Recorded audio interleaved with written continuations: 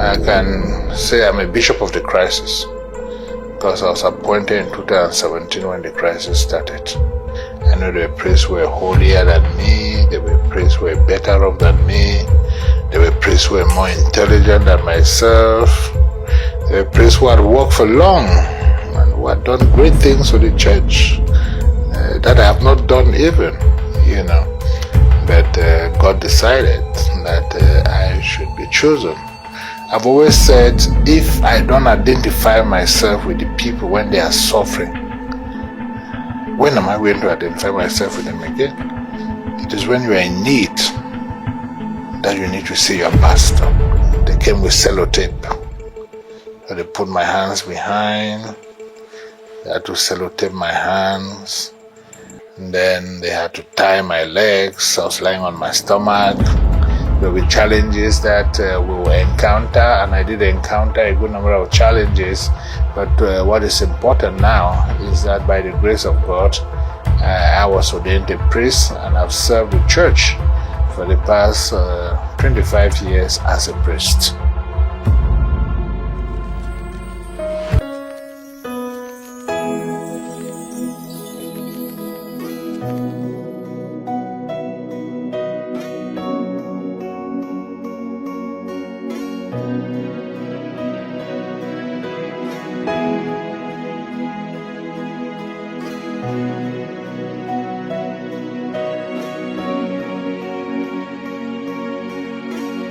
On April 26, 2025, His Lordship Michael Miabeswe Bibi marked a milestone, 25 years since he was ordained a priest. A quarter of a century in service, a life not just lived but offered.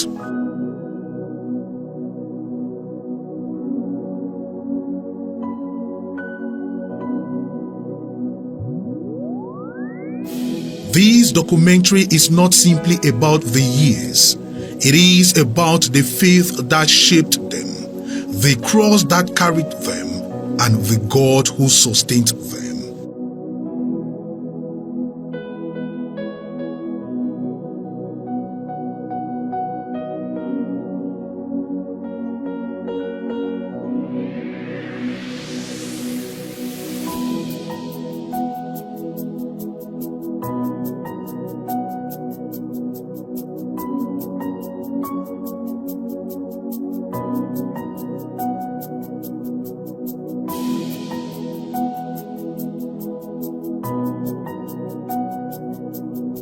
Bishop Bibi is a catechist. He masters the catechism of the Catholic Church to his fingertip.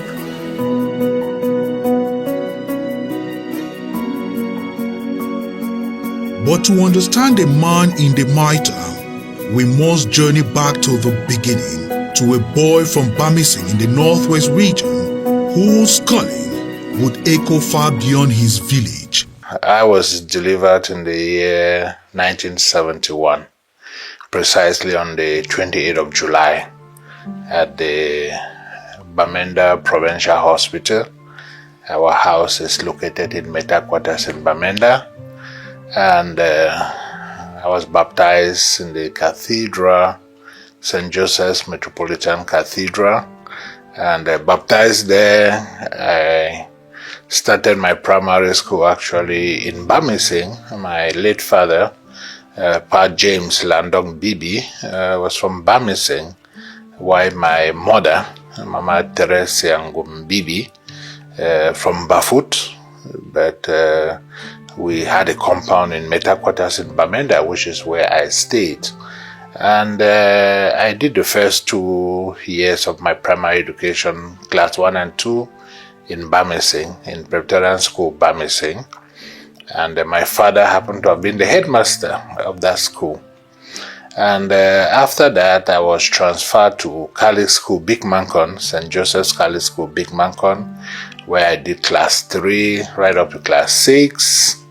Born into a home of mixed Christian traditions, a Presbyterian father and a Catholic mother, many would expect confusion, but young Michael found clarity. My mother used to take me to church every morning. I joined the altar service.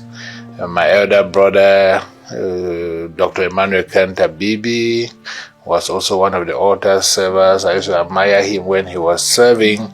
And I also decided to join the altar boys. And our catechist then, Catechist Patrick Ndichia, was very instrumental and helpful, in introducing me as far as serving at Mass was concerned. And when I finished class 6, I came to Limbe, where my elder brother, Che James Fu, was teaching in the National Comprehensive College in Limbe, and I stayed with him in Cassava Farm. And he actually looked for opportunity for me to school in Catholic School Gardens. So I did class 7 in Catholic School Gardens. And when I finished in Limbe, I went back to Bamenda. Since my elder brother was going to higher ENS, I went back to Bamenda in order to continue my secondary school education. And I went to Providence Comprehensive College, a lay private college that was almost like a Catholic college owned by Pa Fred Mubang. And it was a day school and a boarding school where I was living home and going to school. And I studied there for 5 years, where I had my ordinary level in 1989.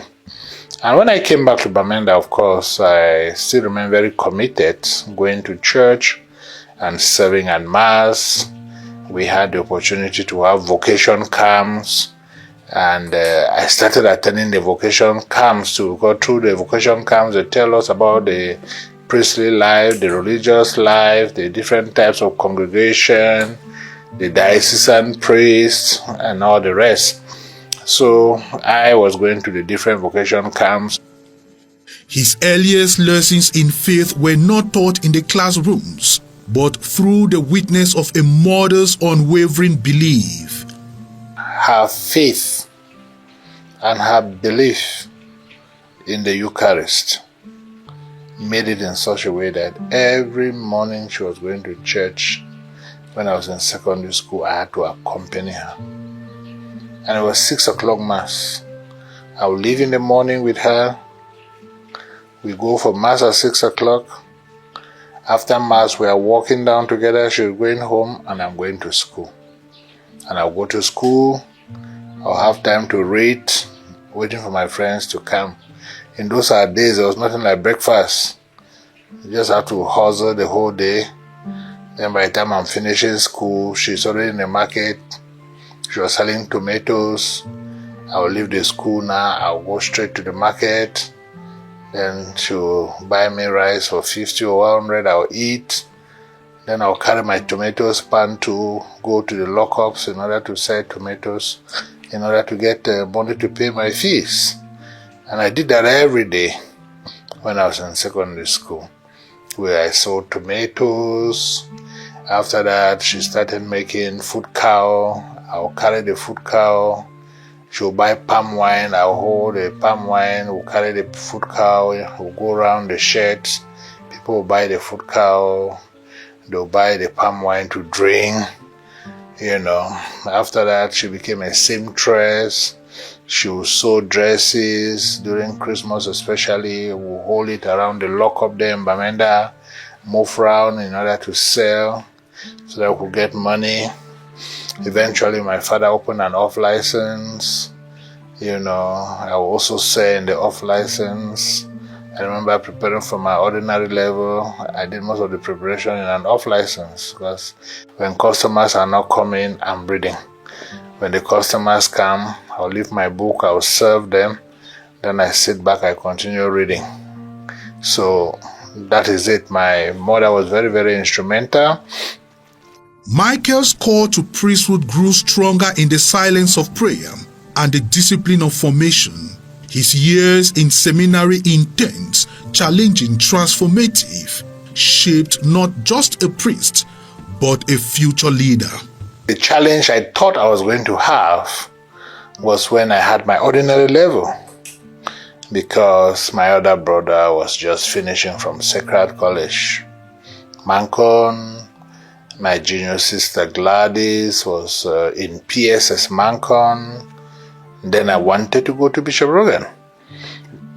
And the poor Catholic school headmaster, I said, how is he going to manage? If I want to go to Bishop Rogan now, will he have money to pay for my school fees? And I thought that was going to be a challenge. But interestingly enough, when I went and told my father, Papa, I have had my ordinary level, and as far as I'm concerned, I was thinking that I'll become a priest. And to become a priest, of course, will require that I go to Bishop Rogan Minor Seminary for high school. And when I told him, I was thinking that he would say, oh, I will not have money and the rest. But he said, no, you are my child, like any other child. You think that your own work is to become a priest. I'm ready to support you with your education as far as you can go. And I think he was supportive in that light. And I remember even as a seminarian, he will always be there to encourage and also to support me. So my brothers, my siblings, my brothers and sisters, we are all committed Catholic Christians. We all went to Catholic schools. And I think the family environment was very helpful to me. And not only that, I used to go to Bamising for holidays. As a seminarian, when I go to the village, I remember the Bamising Catholic Church. At that time, when I go there and I'm going back, I remember the Code of Canon Law I'm using now is thanks to a 10,000 francs that CWA Bamising gave me some years back, more than 30 years back. And I came back, I said I was going to buy something to remember them. And I bought my Code of Canon Law, which I'm still using till today. I want to thank all the Christians of St. Teresa's Parish now in Bamising, and the Christians of St. Patrick's Parish in Babankitungo, which was the parish at that time that I was ordained, and to thank all the Christians of St. Joseph's Parish in Mambo Bafut, where my mother came from, that influenced me, especially at the beginnings, as far as my vocation was concerned. And I remember when I was in Form 2, the Holy Father, Pope St. John Paul II, visited Cameroon and came to Bamenda. I happened to have been one of the privileged altar boys who served during that his visit to Bamenda. And it was actually the vocation camp that I had in 1989. When I was in Form 5, that was after I wrote my GC, that I felt, I said, I've gone to this camp for almost 3 years. But the one in 1989, I had that inner urge in me that God was calling me to become a priest. And as I had that inner urge in me, I decided to share with my parish priest, Father John Nambe, who was a parish priest at that time. And he told me, if you're having this desire, it means that you have to go to the minor seminary for high school. And of course, eventually I passed my GCE. Late Father Sylvester Su Ngwa, interviewed me, and I was admitted into Bishop Rogan Minor Seminary for high school. And I had 2 years of high school in Bishop Rogan, 1989 to 1991, when I had my advanced level. And during my 2 years in Bishop Rogan College, it was Father Martin Kima Ndembo, Monsignor Martin Kima, who was my rector.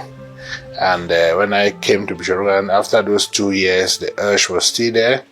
And I applied to join the Archdiocese of Bamenda as a seminarian. We went in, of course, in the 1991 Bishop. I met him for the first time in Bishop Rogan. When I came in as a prospective seminarian, preparing to go to the seminary, Bishop had admitted me and then sent me there to study and then learn how to live in the community for the first time. I came from a government school. I'd never lived in the community. I didn't go to the minor seminary. So the bishop told me, no, it's good that I come there. So we came with other people, and then we met him in Upper City. Then at the end of the year, he made it. Then all of us went to Bamboo in 1991. Bishop Bushu Emmanuel then was there. Father Manuel Bushu was the rector. So he received us. We had lively memories. Went into the seminary when we were 56 of us. I mean, first year to the 7th year, 56. There were times in the seminary where you had a class of 2 persons, 2 seminarians, 2 deacons, and all that. that. So 56 of us, lively. So we're there together, we kick-started philosophy together. I remember Bishop and I, that's Bishop Mike I'm talking about, working in the same department, social department with Father Bartholomew. So we used to go out, prepare things for socials and invite persons and all that. We have lively memory. Then there was periods in the seminary after lunch where we have to go for, they call it walk, short walk. You are allowed to cross the gates of the seminary. 30 minutes after lunch, people had to go and sleep, or they could go for their short walks. So we decided to go oftentimes for the short walks. We went together with him. And then the senior students, we're thinking of Archbishop Andrew Kea, because we met him as a deacon, then Father Peter Foleng, and then Father Daniel Amungwa, and all that. So we used to call him Plato, that's Daniel Amungwa. We enjoyed the arguments, coming as a first-year student, of course, people there groomed in everything, the arguments. Especially some of the Tuesdays afternoons when we had conferences. Then the next day, that's Wednesday, we had to go on this walk, and during some of these walks that we actually got what was said in the conferences, because they analyzed everything. We just sat there, we didn't really understand much of what was said. Then we started getting, what it means to be a seminarian, how things are conferences conducted and all that. So lively memory. Then we played football together. Everybody knows that it's a good footballer, a good goalkeeper. Then intellect too, is strong. Strong in the seminary. So we kick-started. Our class was the largest, about 16 persons. That's first year. As I told you, we were only 56. So it was the largest class. We worked, journeyed together. And then after philosophy, he was sent to Garowa. That's Father Paul Vezekop. That's Archbishop Paul Vezekop, who in the dying days of his life, and then preferred Father Paul Vezekop, sent him to the north for a pastoral experience. We came back here, and then we could not go back together. When you go out on a pastoral year, you can come back as a team. One may be asked to stay back for one reason or the other. So those things happen. I think he stayed back, I stayed back, he came back, and then things stayed back again for another year, for one more year, and then he was ordained ahead of me and the others. So I was ordained much later, a year later. When I look at my seminary days, they were very good days. I used to be a young goalkeeper. I was admired when I was in Bishop Rogan College. Before you see the net of my goalpost, you have to be very, very strong. When I went to the seminary in Bambwe, I was a goalkeeper there, and I played a lot of football, And while in the seminary, I was also given some functions that I carried out. One of the functions I had when I went to the seminary, my first year, I was asked to take care of the apartment of a priest, Father Polika Fonjok of blessed memory. I had to, during the time for function, I had to go to his house, to clean his house, to walk at his garden, and make sure that everything was fine. Along the way, other functions I had the opportunity. I was made a canteen manager. I had to work in the canteen. I was also made in charge of mechanics. I was one of those in the mechanics department to help to teach, to give the theory about driving to the seminarians. And we used to take them out for practicals for those who had to do the driving test and all the rest. We call it the crankshaft department. And of course, by third year, I was made a school typist. And after that, I went out for 2 years. When I came back, I was still given opportunities to serve in other functions. I was made the labor prefect. I was also made the master of ceremonies. And amongst the many functions that I carried during the time that I was in the seminary, it was a joyful moment. You see young boys come together or join together by one particular aspect, the desire to become a priest. And of course, in the seminary, there's a seminary program we had to follow. getting up in the morning, going for morning prayers, going for mass, having meditation, having breakfast, lunch, going out for sports, going out for pastoral visits, belonging to different prayer and action groups, and of course studying, which was one of the things, of course, that was highly emphasized in our seminary days. It was a joyful period, a joyful moment, of course, with challenges, because seminary formation is also not a bed of roses. So there will be challenges that we will encounter, and I did encounter a good number of challenges. But what is important now is that by the grace of God, I was ordained a priest, and I've served the church for the past 25 years as a priest. We were in the seminary together, and when I was in first year philosophy, Bishop Bibi was in first year theology. And we normally meet for spiritual activities, physical activities, and other activities in the seminary. The spiritual activity mostly takes place in the chapel. At that particular time, as a first year theologian, Bishop Bibi, they were actually leading us in the Psalms of each day. And the class was not populated as other classes. There were just about 7 of them. 3 came from Obala, 2 came from Kumbu. There was 1 Capuchin and Bishop Bibi himself. It was really a tedious task for them, because in other classes where we have more than 20 seminarians leading the divine office, it may take about 3 weeks before a seminarian may lead the divine office. But since there were just 7 of them, every week they were in the divine office, and it was a very tedious task, because they had to learn how to read the Psalms, learn how to sing the canticles as such. And actually, I know that Bishop Bibi was one of those seminarians who could easily sing the Psalms, because he started in Bambui and has been listening to those Psalms since when he entered first year philosophy. The difficulty that we had were those who came from Obala Diocese. They were in Enugu, in the seminary there in Bigad, of which I met some of them when I was there. Their psalms were different in terms of intonation when it comes to singing. So it was a hard task for them to actually study the psalms before learn how to sing them. But for Bishop Bibi, it was not a problem, because he had been sitting in front of the chapel since first year philosophy, and the second year he moved to the second desk, third year he moved to the third desk, and by the time he went up north to do his pastoral experience and came back, it was not much of a problem to him, because he had been listening to those psalms for the past 3 years before entering first year theology. In the area of morality, I can say I related well with Bishop Bibi in terms of human relationship. The human formation was very, very cordial, and things went also smoothly. Again, the area of physical formation, we were fortunate to always meet in the football field. He was in St. Felicitas dormitory, while I was in St. Augustine's dormitory. He was actually playing the 9th position at times, and even act as a goalkeeper.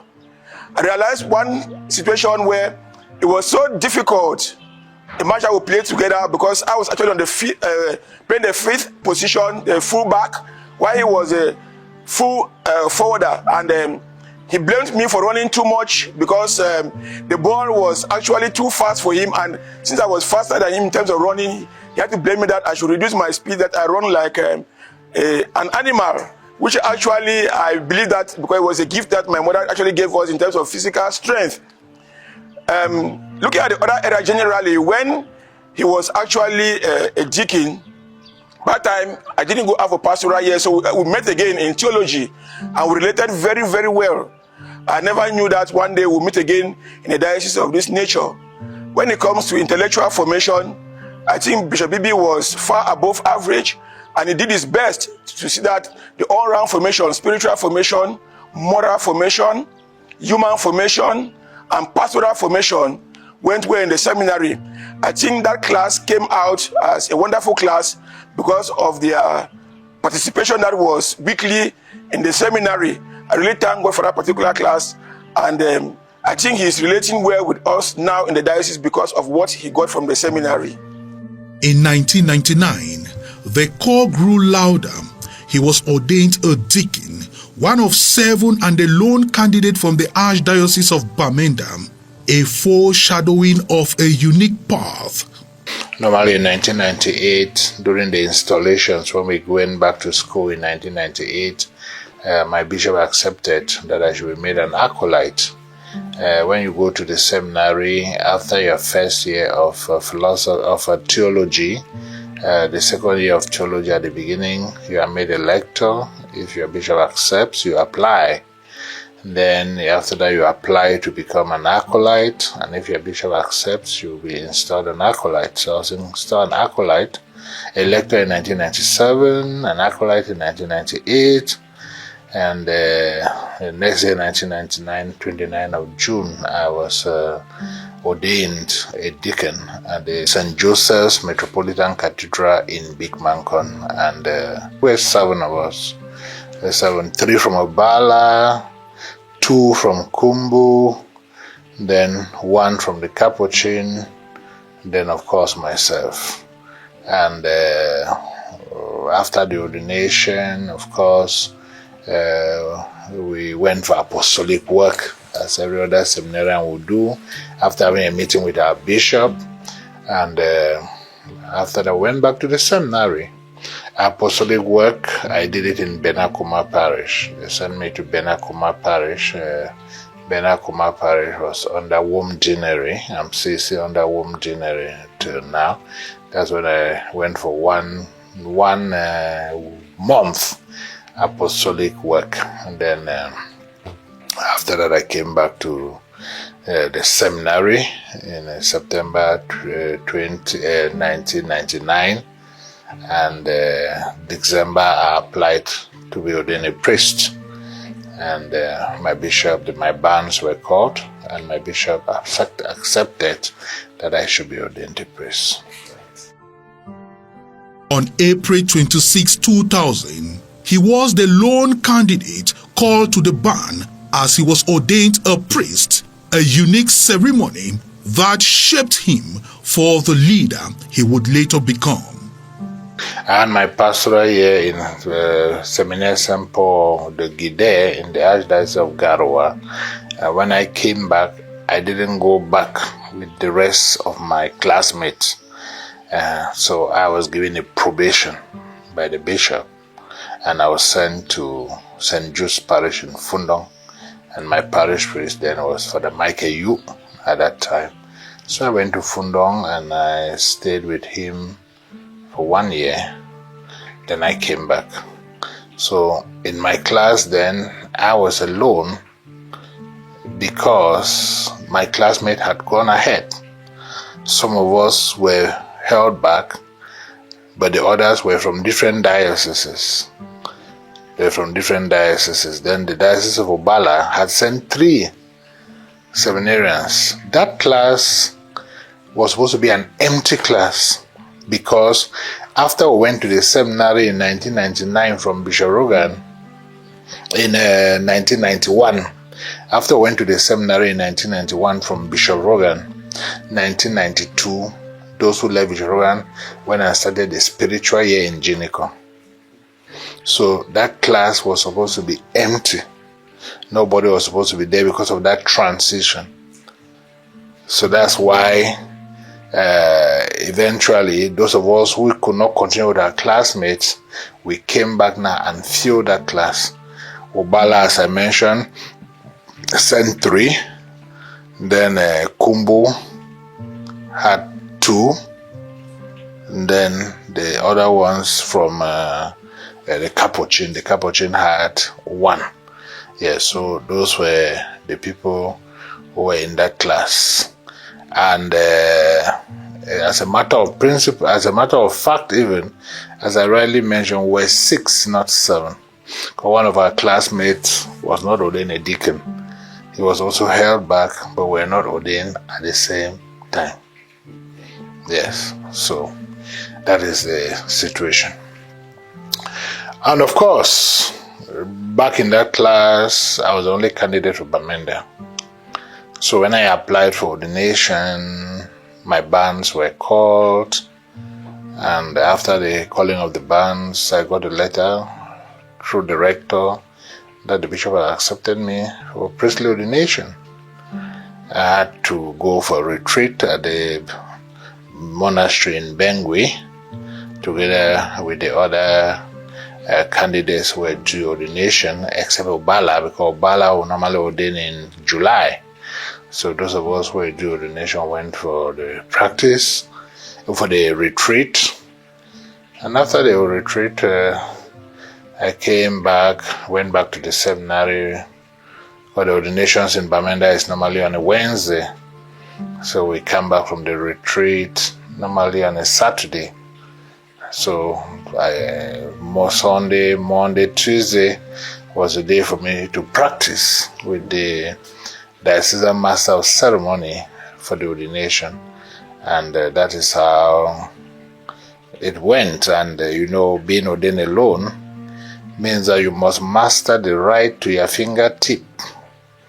So I had to go through the required rite, and I made sure that I mastered it so that that day the ordination should pass and pass well. And I want to use this opportunity to thank Archbishop Paul Vetsekov of blessed memory. He asked us to call him Father Paul Vetsekov, for accepting to ordain me.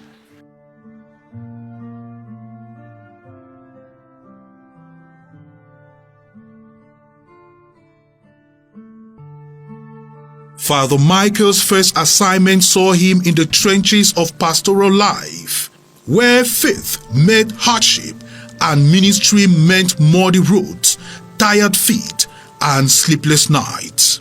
Normally after ordination you go back to the seminary, then you finally leave from the seminary and you are appointed. And my first appointment was actually going back to where I did my probation in St. Jude's Parish in Fundong.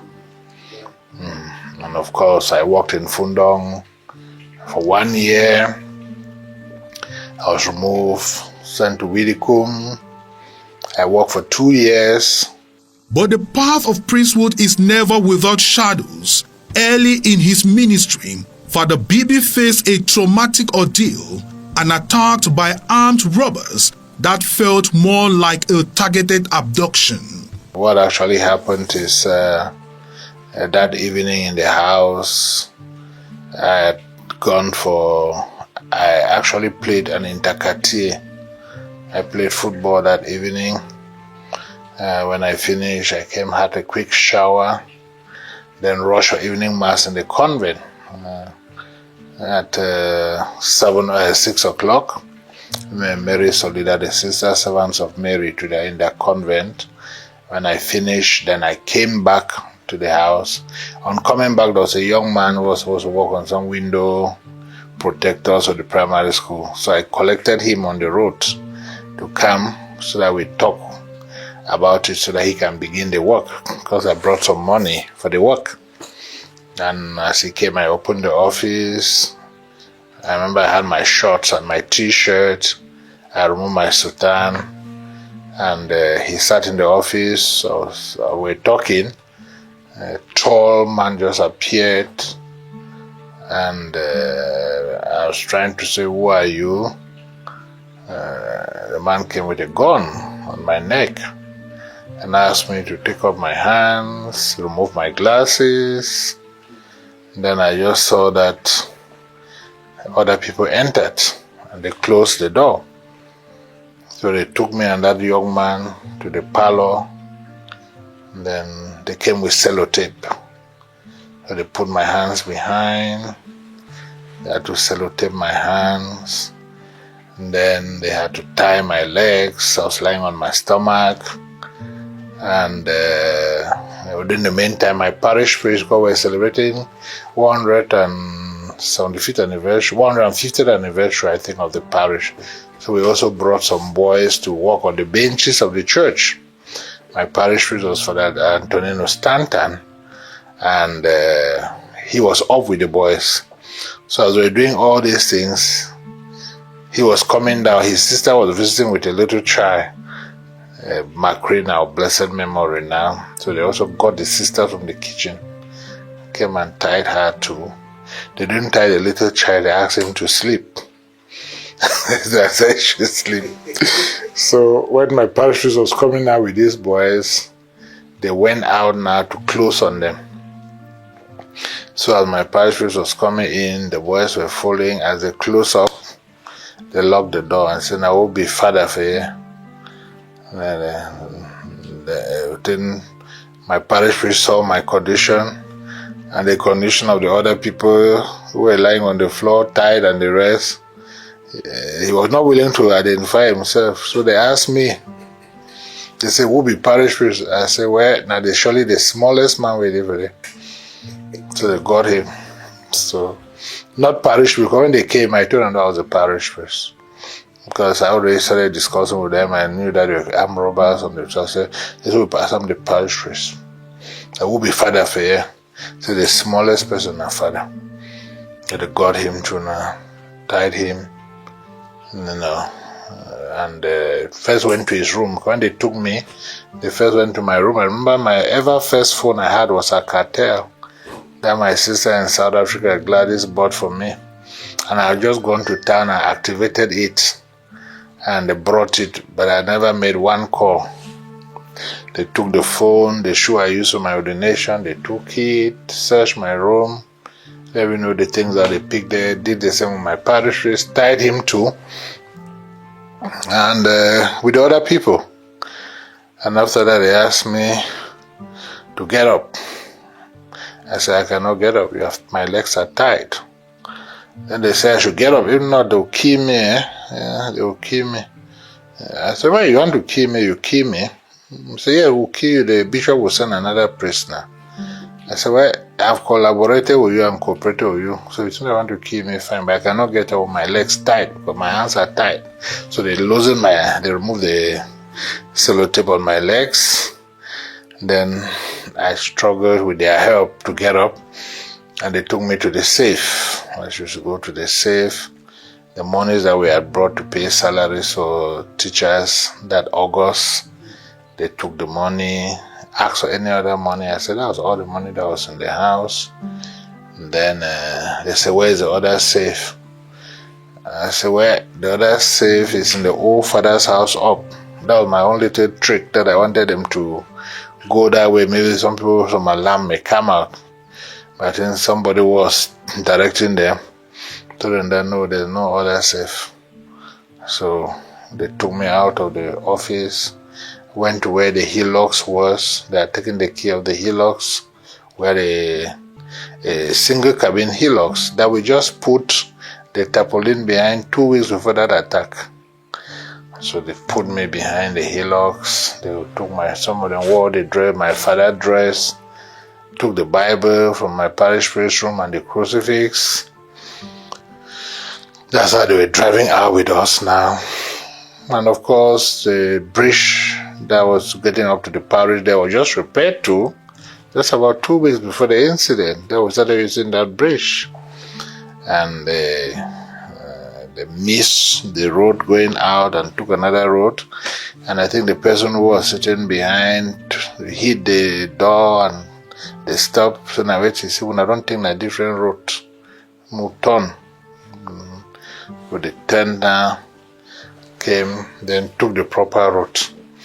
And when they took the proper road and crossed the bridge, they told me that they were from Nigeria, so I didn't know which direction, and they were taking me to go and kill me. They took only me away, so I don't know where they were, where they were going and what they wanted to do. But I don't know that there were people sitting behind, and that there was one person standing outside the tarpaulin. And I instinctively, something told me that somebody has fallen. So I just told them that, Billy said that man is enough outside, don't fall. They opened the tarpaulin, he was not there. So they stopped, started calling one of the police names. I don't know whether it's Ajudang or whatever they were calling, they were commando or whatever. They called the person, then the person answered. They started shouting at him, "You want to let this thing fail, blah, blah, blah." And the man ran, came and entered the car and sat. I was sleeping on the floor, and they were sitting on the wheels there. I don't know how many people were even behind there. And they told the man, say, "No, father, will not know you before." The man said, "What? My father tell?" And I said, "No, more leafy." So they had a serious quarrel now in the car about me. So this guy who fell and who had the gun said they must allow me. And they're going back and forth. Then they reached a certain place called Tiben before Bati, but they stopped there. And they stopped there. My hands were still tied. And then I don't know what they went and discussed. Then they came and opened the back boot and asked me to roll down. I came out, stood on my legs. They locked it back, entered the car, and drove off. So I was standing there. I didn't know whether I should go up. I didn't know whether I should go down. Rain was falling, But I remember I sang this song, "Look Down, O Mother Mary." I was singing this song, then I was just walking down. And as I was going, something said I should go back up. I turned. And when I was going back up, I heard people talking as if there was a compound. So I shouted. I said, "Now wouldn't they, oh? Now wouldn't they, oh?" Then I saw somebody came out with a lamb. I said, "Now who?" I said, "Now father for we to come. What your father do for us at the kind time?" That would have been about 11 p.m. I said, "No, if you don't attack me, then I can't move me for here. I bet when I can't let me then tie my hand when I can't with knife." The man said, no, if he believe you. I said, "Now father, for the Michael Bibi." They are Presbyterians, so they didn't know who was for the Michael Bibi. But out of faith and trust, they decided to come with a knife. And that's how they came and freed me. And that was an incident that happened. And they took the car when they reached a police station. One of my friends who worked that day and who was on guard when they came, he didn't go out. It was his colleague that went out and met them with father's clothes and Bible and crucifix. And they say they are fathers from where they come. But father, when they come out for the house, who saw they go for night, I said, "Bishop, don't call me for meeting for morning. So why wrong go for go sleep for Bamenda so that you attend the meeting?" The man did not know us. The person who knew us was there sleeping. So they passed. And within the meantime, my parish priest had rang the bell of the church. My parish priest took the Suzuki with some Christians. They came up, and another car to one of my friends, Valentine, had come with a car, and they carried me inside the car. I told them I should follow them and see whether somebody will reach now. They said they have passed. Then this my friend had to call Bali. Bali said the car just passed. Then Bali now called Bamenda. But when we were reaching, they decided not to go into Njimafo and allow the car there, bash the car. And then they forgot about 8 cartridges. They had a packet, and I think they removed 2. There was 8 cartridges inside, removed my sultan, all the church things, they left it there and disappeared because we followed right to Bamenda. We followed that night, and when we were reaching Bamenda, the police were there. They said they have not seen the car. We didn't see the car on the road, so said they must have gone somewhere. So the car was only seen the next day. In the morning when Christians were going to church, they saw the car, and the one I reported to Father Michael Penuela, who came and saw the car, reported to the bishop's house. We had already told the bishop's house. Then I went right to the cathedral to see Father William Never to tell him. And after that, they identified there was a Widikum car, and that is how it happened. Such moments test their soul, but they also ignite purpose, and his zeal only deepened further.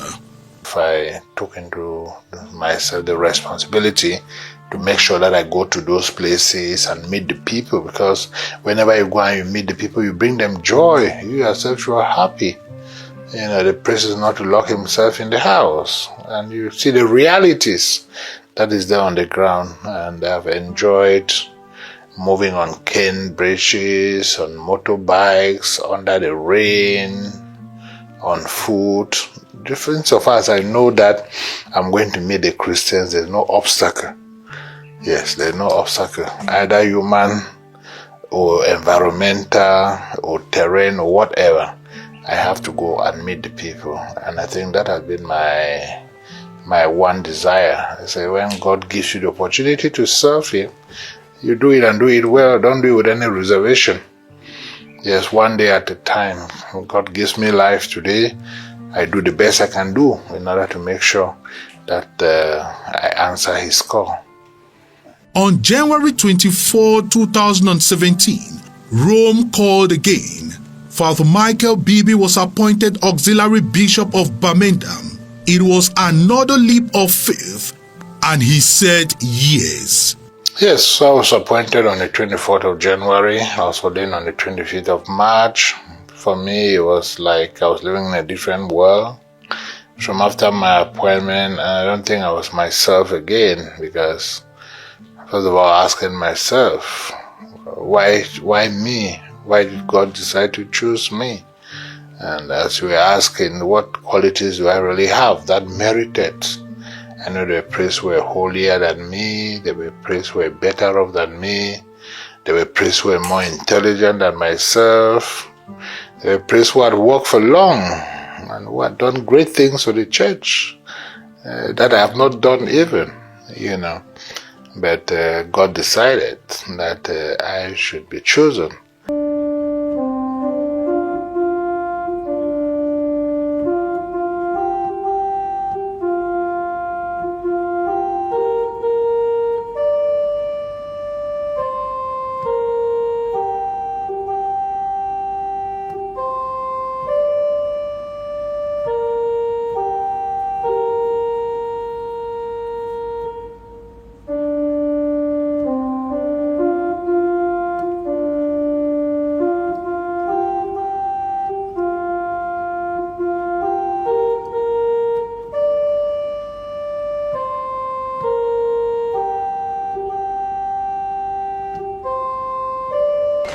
Michael received this ring, the seal of fidelity,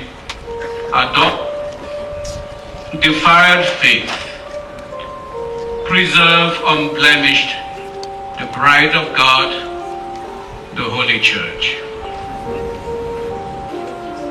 And may the splendor of holiness shine forth in you, so that when the chief shepherd appears, you may deserve to receive from him an unfolding of glory.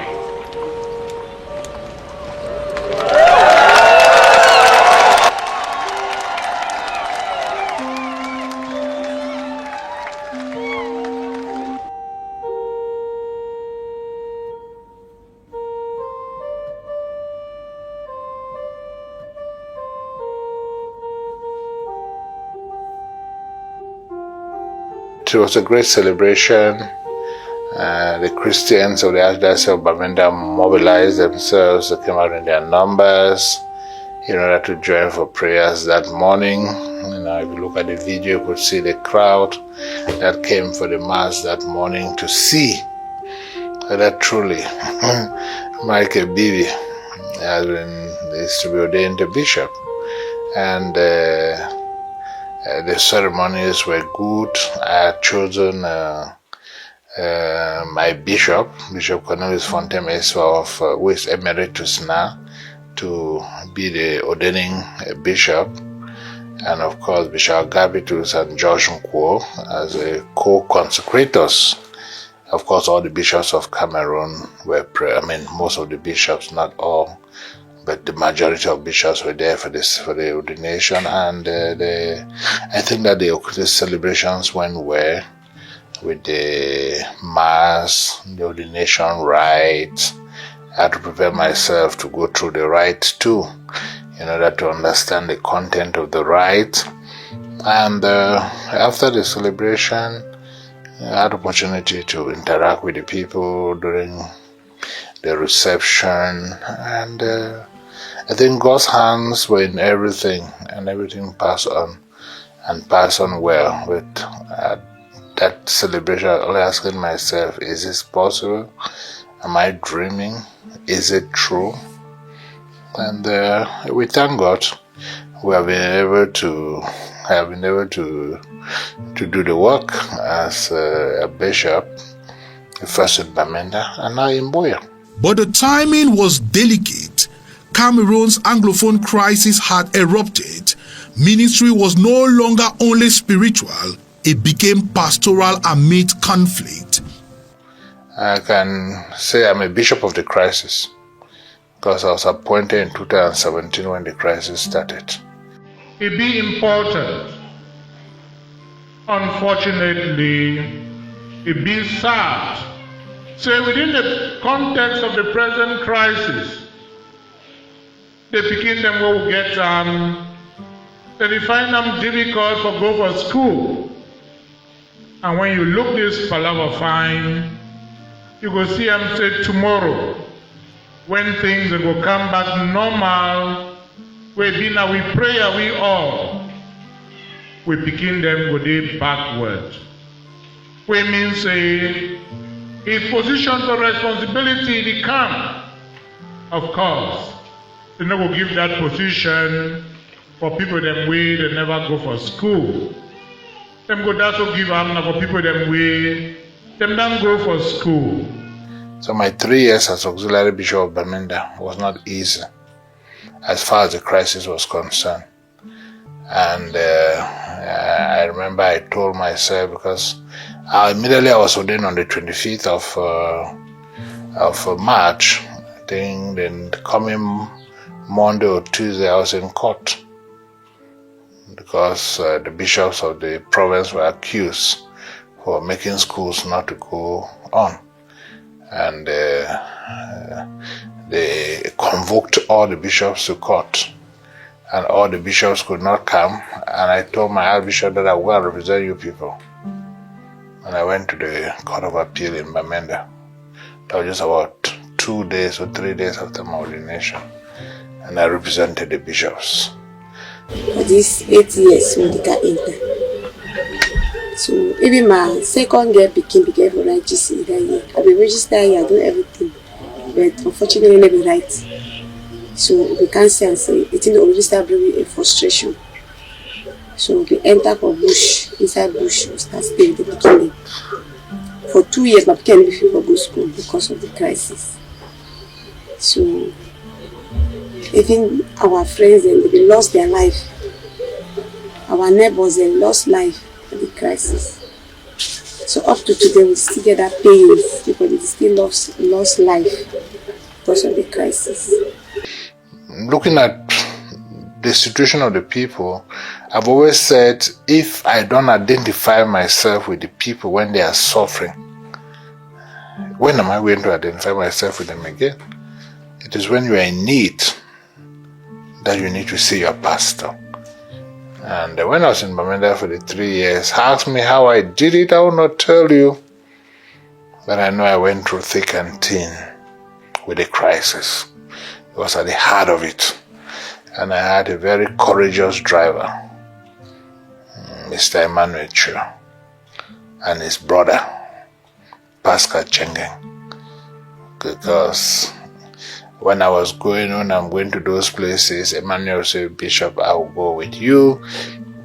There were times I said, hey, don't bother, I can't drive myself. I don't want to be killed. Let me be killed alone.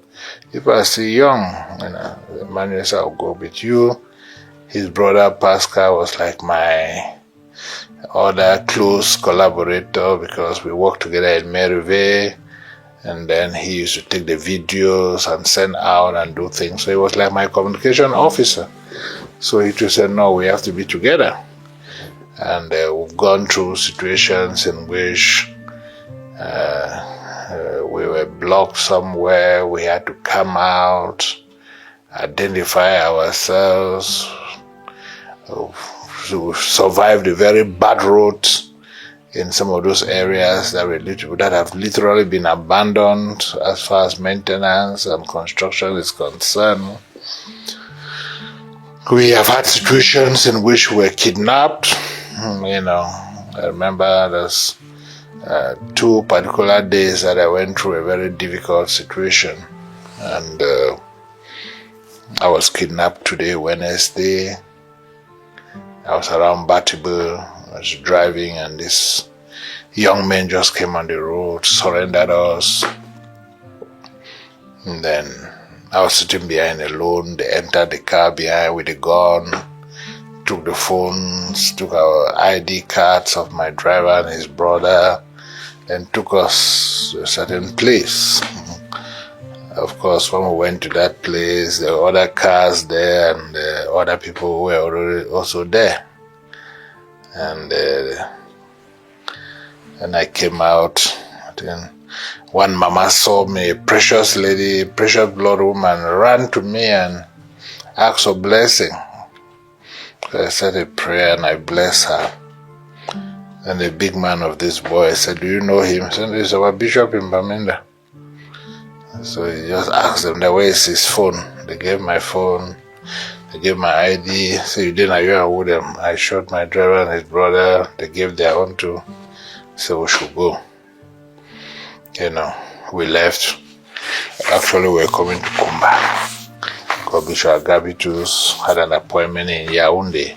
So he wanted me to come and take the final profession of the Sisters of St. Therese. So we arrived Kumba that night. The next day I went for the profession. I finished it. And we were supposed to go to Nchang. Because the next day, Friday, I had another profession. So I had to pass through Boya. But I was told that the routes were not passing. So we cannot go. I said, okay, let's try. Maybe we'll go back to Bamenda and pass through Bamenda.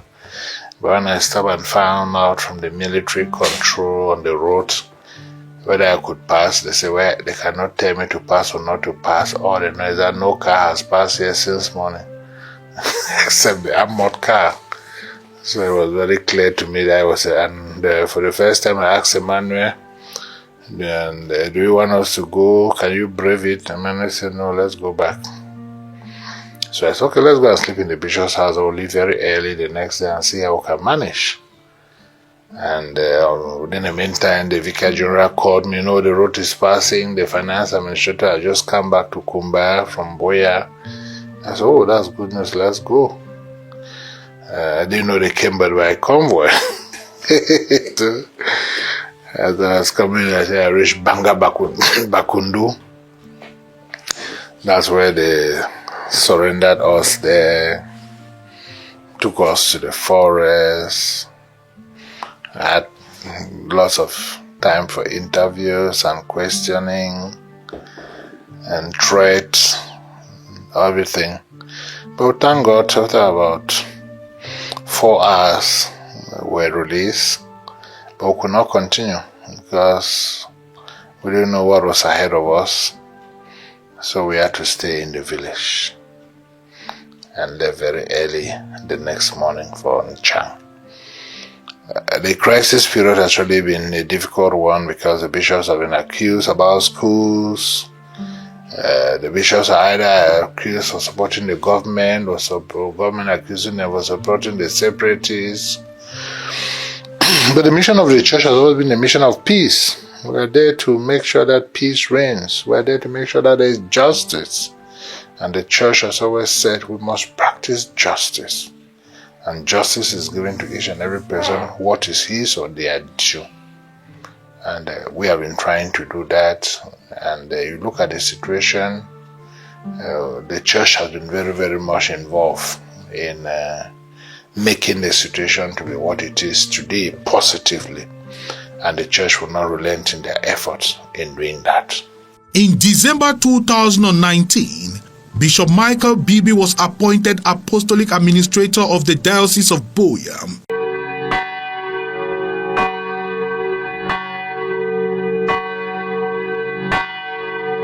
On January 5, 2021, Pope Francis officially named him the 5th residential bishop of the Diocese of Boya. As appointed as Bishop of Boya, His Excellency Monsignor Michael. In the heart of you, the Spirit's alive. With every step we're blessed, we thrive. His Lordship Michael Bibi, our guiding light. Through trials and triumphs, he leads us right. From Monday teachings, wisdom unfolds. In every lesson, the promise of gold. Grateful hearts, we raise our song for the love and vision that keeps us strong. With faith like a river flowing so deep, Bishop Bibi, our shepherd, in you we leap. From the divine mercy, a home built with grace, to the pastoral center, a warm embrace. Bafia to Ekata, Mudeka Eden now too.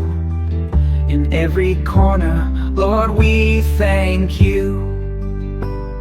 DMTV shines, spreading the word. In every home, His love is heard. Grateful hearts, we raise our song for the love and vision that keeps us strong. With faith like a river flowing so deep, Bishop Bibi, our shepherd, in you we leap. May God give you strength to bulldoze your way, imparting His love each and every day. With structures so mighty, we see dreams unfold. In dignity and spirit, your story is told.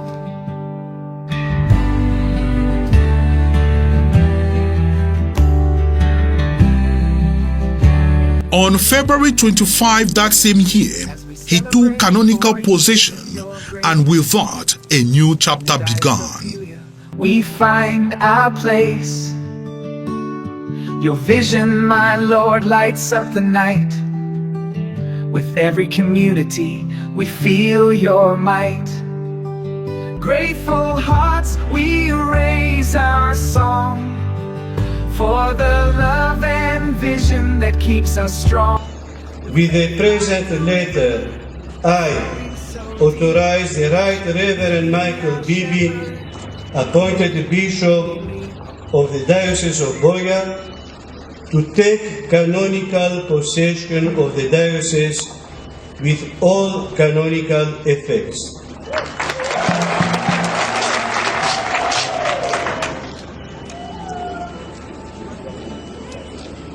More than any title, Bishop Bibi is known by his people as a man who walks among them, listens to them, and carries them in prayer. He is following the regular lines of the church, doing what the church requires of him as he ought to be doing. And I think that that has been a great boost to the faith of many people. And for me in particular, I'm particularly happy that that he has come into the scene at this point in time. Indeed, he has been very much involved, very, very much involved. In terms of the churches, for the most part, churches that are in difficulties, the bishop is always there to give support, financial support, to see that they move on. In terms of spirituality, the persons are very much involved. And I think we are even more interested in the fact that the red zones of Moyuka, he has accessed those areas and had a lot of Catholic converts there. And I think that's a great thing that he's been doing for the laity. I think Bishop Bibi is really a spiritual leader in the sense that spiritual formation in the diocese has been there before, but coming with that spirit of regular engagement, especially in his pastoral visits, going around all the 40 parishes, when he just came within 12 months, was an added advantage to us. After about 2 years, he realizes that some of us as priests will complain that it was too regular, and he had to make it once in 2 years, which I think he has stick to his promises, and he's actually going around and keeping the promise. I really thank him for his spiritual activity, in the sense that his sermons are really strong to the Christians. The mass is good and lively, and the liturgy generally, the way he celebrates it, I think I enjoy it, and he followed the rubric strictly. You know, he's a man that actually follows liturgical laws to the point, and we have learned so much from him, in the sense that those of us who at times we add things that were not supposed to be added in the liturgy, those things that we at times want to impress the public, he has told us to follow the rubrics specifically and cordially as it is found in the rites. So I think he has taught us much. Even the liturgical garments, again, at times we used to wear any type of sutan, whether it's rumpled or it has some buttons are falling off. The way he dresses is already a tranquilizer for us to follow his way of dressing, especially the liturgical vestments. So I think Brother has experienced a great change when it comes to spiritual formation. Recently, I think he has given us the right of to go on with the RCRA, the right of Christianization of adults, which is something that is new in the Boya Diocese. Bishop Bishop started it right about 2014, but the actual implementation has taken more than 10 years to be done. Bishop Bibi was started the right, and the first set of candidates are already ripe to receive the sacrament of confirmation. Looking at the recent appointments of Monsignors, which the Pope gave to us, I think there's underground work preparing the Monsignors and maybe some elder priests to be distributed among the 41 parishes to carry out the sacrament of confirmation. I think a great job has been done when it comes to spiritual formation. When it comes to pastoral relationship, especially with priests, but that has been for long without having clergy meetings. We have realized that since Bishop Bibi came, we've got at least 5 clergy meetings, although it may not involve all the priests, but at least 2 of them or 3 involve all the clergy. His meetings are very, very regular, and pertinent points are being touched to see that the diocese grows from strength to strength. When it comes to work in the diocese, when it relating to projects, I think among all the bishops that has worked in Boya Diocese, I think he is the best when it comes to projects. He has not only added what the former bishops left undone, but I think he has completed them and put his own mark on it. Boya Diocese used to be a diocese, the first in Cameroon, but when it comes to structures, even among the first 4, you may not find Boya Diocese there. But after 4 years of serious work, you realize that Boya Diocese is now the first when it comes to infrastructure. You look at the giant co-cathedral, look at the pastoral center and other areas. Parishes that never had churches, they are now in competitive style, in the sense that many parishes are now building their churches, building their father's house.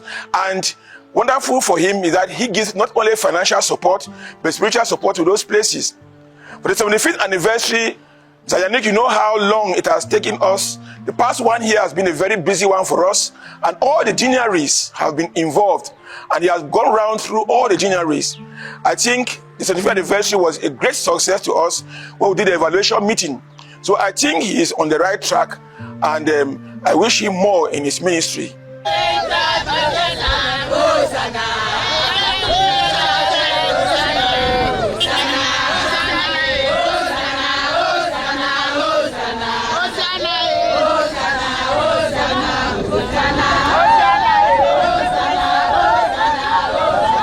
As a priest and as a bishop, he is unique, just like each and every one of us. His style, we appreciate what is done and what he has done up to this point in time. And then judging from the style, as Riley said, without going back to when he came in and the challenges that we had, it would be unfair. To be fair to him, he came when there were difficulties and challenges. So when you go to a place where there are difficulties and challenges, and then you have a vision, so you have to put your feet deep into the ground and make sure that what Holy Mother Church wants us to do is done. Even for priests, when they are transferred to other parishes and go there are difficulties and challenges, what we expect is first and foremost what the church wants us to do. There's a lot I can remember about Reverend Father Bibi when he was still father here. I remember here when we was in the parish here, he was in charge of Maryvale and also working in Bishop's house. What I can recall about him is that he is a wonderful, caring priest. He's a wonderful, caring priest. He goes individually. He knows every person. He goes to families, he goes to the youths, and he touches them and finds out what is there. And most especially when it comes to matter of doctrine, it does not mince words. When it comes to the matter of doctrine, that is where we really see him as the pastor, the real pastor who knows the doctrine and knows what he's bringing across. He was father here. He was like the member of every single family. If you go into the quartiers, up or down, I can remember Meta quarters, Old Town, all around the place, you see him there visiting there like any other lay person, touching the hearts of people. And I can personally know when he was handling people in Maryvale, there were things he did that really impressed us.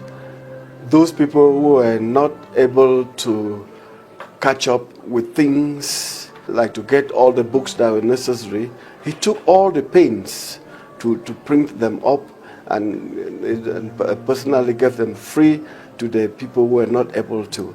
And that was a very loving idea, and that was a very big way of passing on the faith so that nobody is left behind. In that sense, we see that he was such a wonderful pastor. For the priest that I know Bishop Bibi to be, I say he's not just a priest who puts on his cassock for the sake of putting it on. He's an embodiment of humility, an epitome of hard work. For his years as a priest, I could see a pastoral icon with a very explicit pastoral strategy, a people-oriented pastor. And he would always do this in humility and simplicity. He's a development wizard. For his years as the Chancellor of the Archdiocese of Bamenda, who did not know Father Michael Bibi, he would develop everything and he would come out with a wonderful strategy to ensure that what he has put in place works and works well. As director of the Maryvale Institute, he worked out strategies and ensured that everybody working in the parish, be it an ESCO of the parish council, be it PPFT or whoever, will have to be in Maryvale. And that is how I personally went to Maryvale, to ensure that I study a lot about the church and its functioning. Bishop Bibi is a catechist.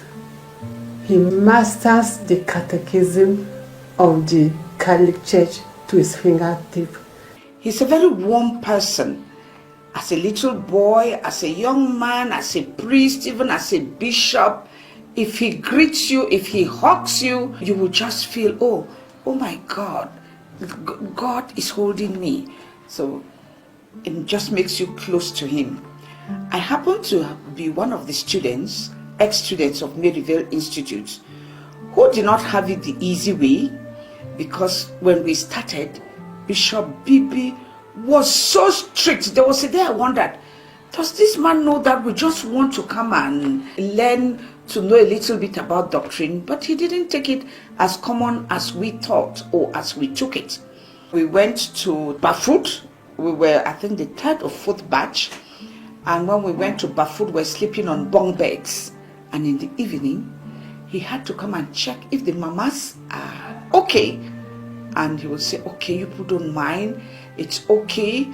And then those who had to cook food, if they brought the food late, he would be so angry. You know, everything was like, things of the church must be in order.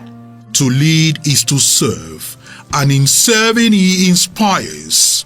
Bibi has been my priest, and he has been my chancellor. He has been my auxiliary bishop.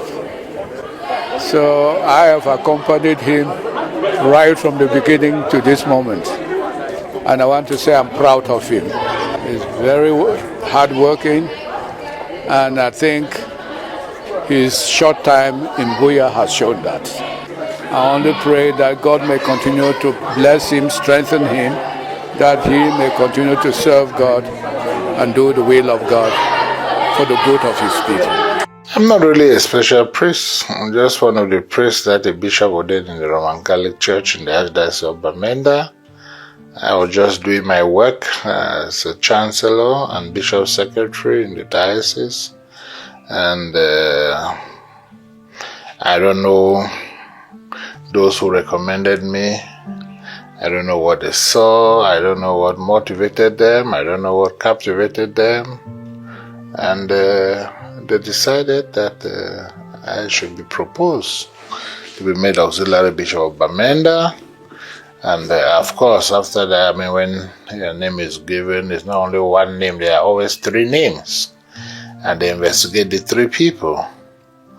And that investigation normally takes about 1 year. They have to ask the priest to comment, they have to ask the religious, the members of Christ lay faithful. They have different things they have to talk about you, and in that way, I don't know what was written about me, but out of those who were proposed, I know that I was chosen to become the auxiliary bishop. So it's a mystery. Even to me, I didn't sit one day and I dreamed that I was going to be made a bishop. My name never even came out among those popular priests who were looked at by the common man as one of those who could become a bishop. They just took a village Bamising boy or baffled boy and made him the auxiliary bishop of Bamenda. So I can't say, but I'm sure my authorities who see the way I work, they surely saw something in me that they proposed to the church, and the Holy Father saw it and said, maybe this man who has been a priest for about 16 years, 9 months actually, almost 17 years, could be appointed as auxiliary bishop of Bamenda. His leadership style is downright practical. I think that he's a very practical man. He's a man who sees things and can immediately understand what needs to be done practically on the ground, and we can realize things. He has a way of getting to the bottom of a problem and to look for the solution and to solve it within a very short time. We are really surprised that within such a very short time he has realized great projects which we almost thought were impossible, or which we thought at least would take us a longer period. But today we see someone whose leadership style is practical and straight to realizing things, and he is in touch with people. You see, a leader needs always to be backed by his people, and because he is in touch with the Christians, and he can get them to do things and do them happily. That, I think, is a great credit to him. I worked with him for about 11 years, and I really learned a lot from him. I saw that he was really passionate about his vocation, his call to the priesthood, and he took that seriously. And the way he used to teach, I admired him with all the love he has. So I'm very grateful to God for him, and I wish him many more years again in the priesthood, this time as a bishop. As a priest, he did a lot in Bamenda Archdiocese by way of teaching the people of God, celebrating the sacraments, and also by teaching us in Merive Institute Bamenda as a director. The legacy of a priest is not written in books, but in the heart he touches, the moments he shares, the lives he lives. Congratulations, my Lord Bishop. 25 years in the priesthood is such a milestone.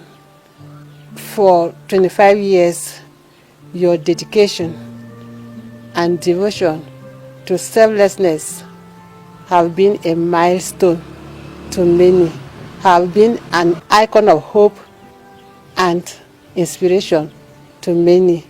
Therefore, 25 years that we are celebrating today is not just celebrating the passage of time for 25 years, but we are celebrating resilience, perseverance, tolerance, and all what it takes to be in the priesthood. My Lord Bishop, knowing you as a priest, I know that you don't just put on your soutane for the sake of putting it on, but you are a total embodiment of humility, compassion, and the spiritual upliftment to many. Working with you for 6 years as the laity chair of the Archdiocese of Bamenda, and you, the Chancellor, I found in a man whose whole self is a testament to compassion, a testament to simplicity and selflessness.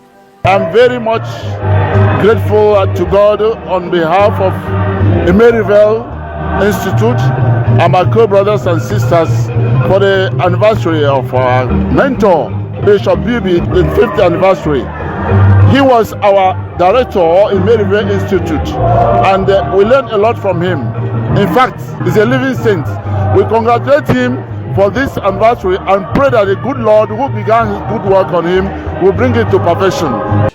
When we think about him, we think about the way he understood the catechism of the Catholic Church. When we think about him, we look at the way he talked about the catechism of the Catholic Church, the doctrine from there. And that is where our faith really comes from. Each time we are doing doctrine, we always try to quote something or get something from the catechism of the Catholic Church. When we were youths here, and some people were attending doctrine, some people were married. And I remember one particular person was married with children, and he was not able to do something. Father actually put a married man back to school, secondary school. I cannot mention the class because you may know the person. Put back the person to go back to secondary school and do something and better up his life so I can better the family. That touched me a lot. That he does not only preach, but he's actually a priest who preaches and goes to action. He's a wonderful priest, of course. With regard to the clergy of the diocese, I see a lot of things happening in the sense that the clergy is more united, and there are openings. He provides openings for priests. So many have gone out of the country, so many have undertaken studies, so many are still on the way, and with that it encourages the Christians, the clergy in particular, so that no one thinks that he is being sidelined. If anyone is sidelined, he himself needs to look into his mind and heart, and he will know why he's having difficulties. But generally, I think that Bishop is doing his own best. As a human person, he is doing his best to work with the clergy and to give them the opportunities which they need for whatever purpose. So, of course, you can never satisfy everybody.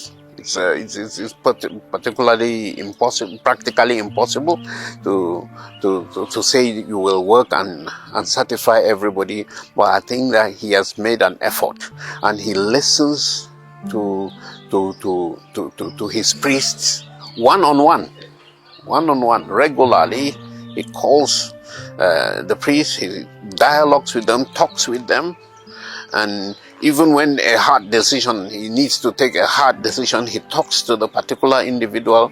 And so I think that he is doing his best at his as a leader and as a bishop.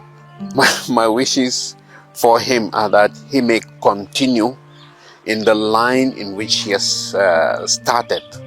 Yes. He encourages Christians, priests, in their prayer life, in their knowledge of the doctrine of the Christian faith, in mastery of it, through his regular teachings and his sermons. And I can only wish that he continues to do what he is supposed to do. And the rewards, whatever those rewards are going to come, they will come from God. God is the one who rewards. And so my best wishes are that he may continue doing his work with his eyes fixed on God, not working, not to please people. This is not pleasing people. Yes, but it is God's work, and he has been working in that spirit, and I pray that he keeps it up. From the point of view of pastoral, from the point of view of economic, from the point of view of spiritual, I think if I have to say something about Bishop Bibi, I will say God has given us a bishop at this time to lead us towards the path of holiness, towards the path of accountability, towards the path of collaboration with all the different agents of evangelization in the diocese. I've worked with him as one of the master of ceremonies. I think he takes his time to prepare for his liturgy. He takes his time to organize, and he also supports those who work with him in his own way. I want to thank God for his life, for what God has been able to do through him. We know that every beginning is a bit difficult and it was challenging for him, but I'm hoping that with the experiences he has gained, learning from the positive and the negative, he will be able to know how to move ahead. Leading human beings, priests and Christians is not an easy task, and he has been able to the task. It's also a time for collection, for him to go back, look at the things he did well, look at the areas where he could have done things differently, and from that, putting things together, he will not know how to move ahead. I was here before you came, and there had been a lot of development. I am really standing here wishing you the best and appreciating the work that you came and made and you continue to the fullest. For example, the co-cathedral. Look at the stage in which, my Lord, I tell the Almighty Creator that you are great and you make us fine. You have increased more schools. My Lord, it's so wonderful, and I'm saying that many other parishes have come up. The catechists in our churches, they have a wonderful uniform. Their way of behaving has changed because of the meetings. The choirs have been coming up for choirs meeting with you, and you appreciate what we do and you add to us what we should do in order to make the liturgy move well. My Lord, we are so grateful. I pray that the Almighty God should continue to give you that strength You are really what I would say King Solomon, because there's a lot that you have done and you still have a lot to do. My Lord, congratulations and more wishes. So proud to have you in our diocese as our bishop. Thank you, my Lord. We can see by ourselves that a lot of changes are taking place, spiritual infrastructure.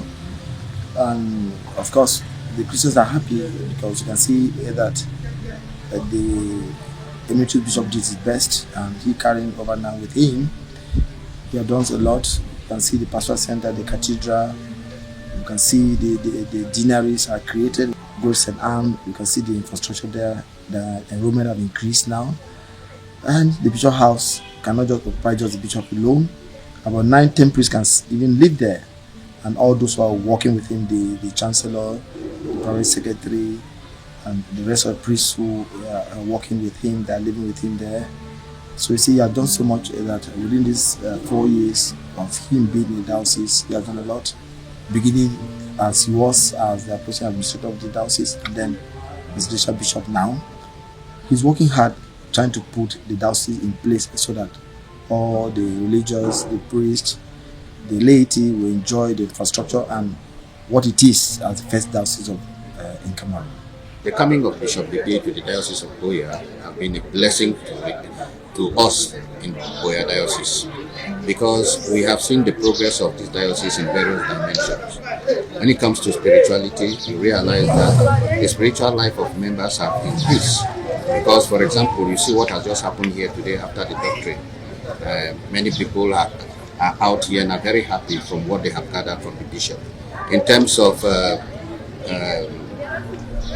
pastoral work, you realize that in every parishes, in all the parishes, together with his priest, they have made sure that development is being carried out at that level of the parishes and everywhere that he goes. In terms of charitable works, Bishop Bibi is everywhere present. He is in the prison yard offering gift. He has gone to Christian communities and offer waters and light in every area. So you realize that in terms of projects, you see that he has equally carried out so many projects. A good number of projects that it is very difficult to name them here. But you can see even for yourself the pastoral center that has been constructed, the completion of the co-cathedral, the university that buildings have coming up.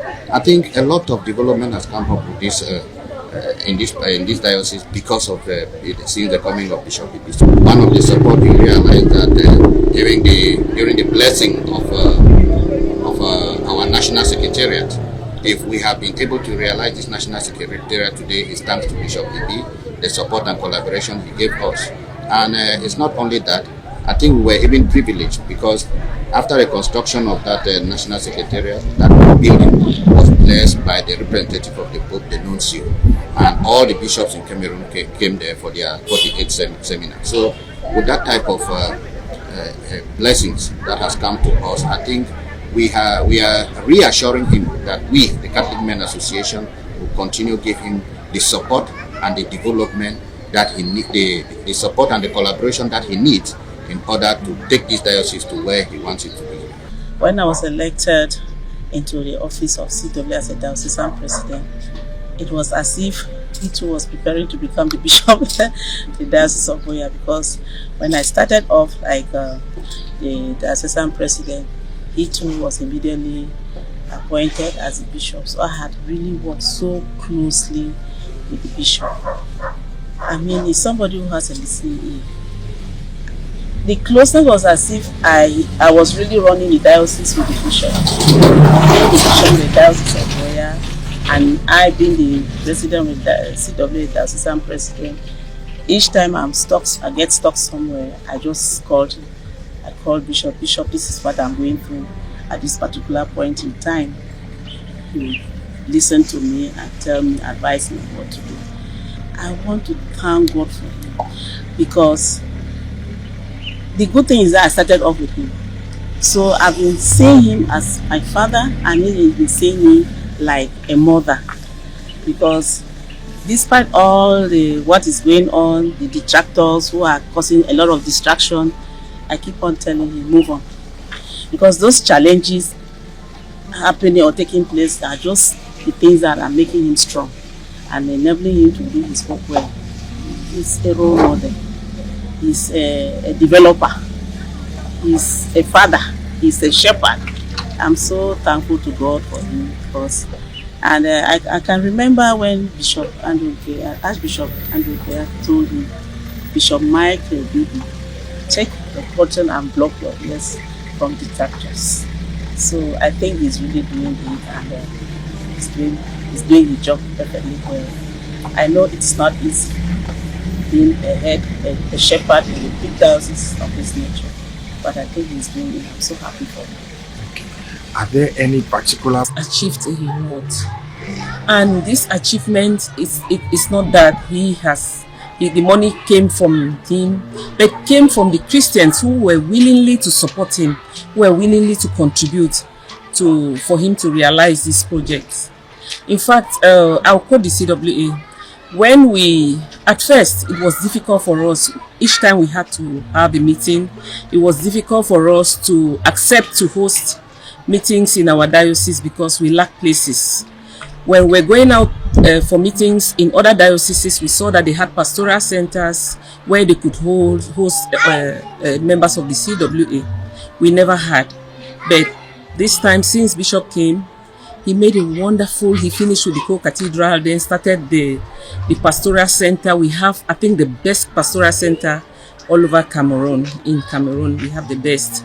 So we want to thank our bishop for the wonderful work that he has done. Parishes are praising him. Parishes are excited and are happy with what he is doing in the different parishes, apart from what he is doing at the co-cathedral and other places in the diocese. So we want to say thank you, Father. Thank you, our bishop. Apart from that, there's something I would like to mention too.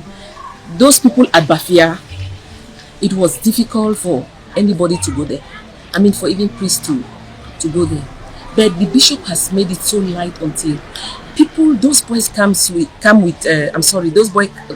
with bike. Each time he has to celebrate something here, they come with their own contributions. What special? It means he has been doing he has been touching them in a special way for them to be able to live what they are doing in those areas and come here. So I want to say thank you, our Lord Bishop. You are a God sent to this diocese, and we wish you a happy anniversary. 25 years into the priesthood is a milestone event, and I think it's a great thing for him. And I think we are celebrating this in dual capacity. The first is that we are celebrating a bishop who has spent 25 years into the priesthood. And secondly, we are thanking God that our bishop survived a very fatal accident on his way to Lokaduma. So it's a dual celebration, so it needs that we should be celebrated. Otherwise, it could have been otherwise.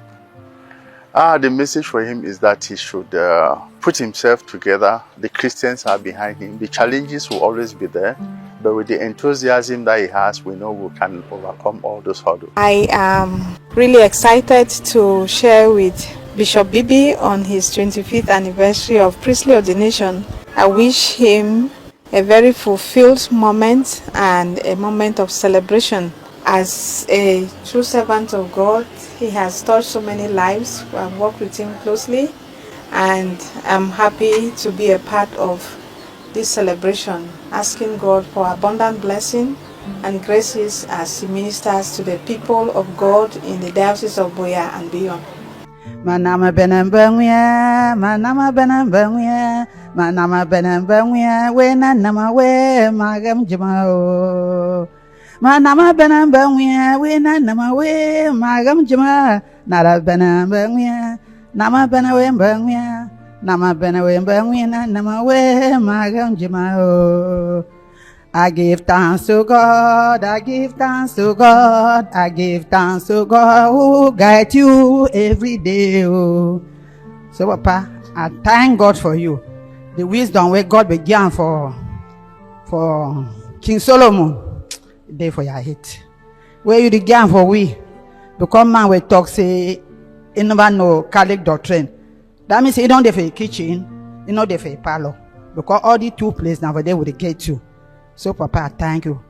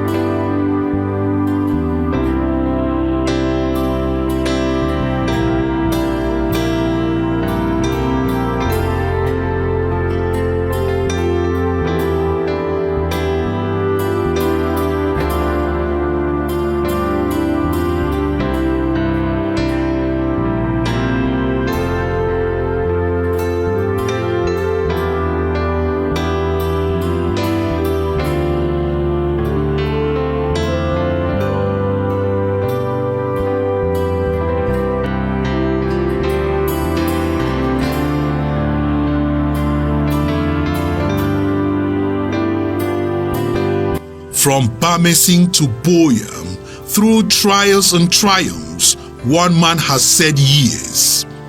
And today, we echo that yes with gratitude, with hope, and with faith.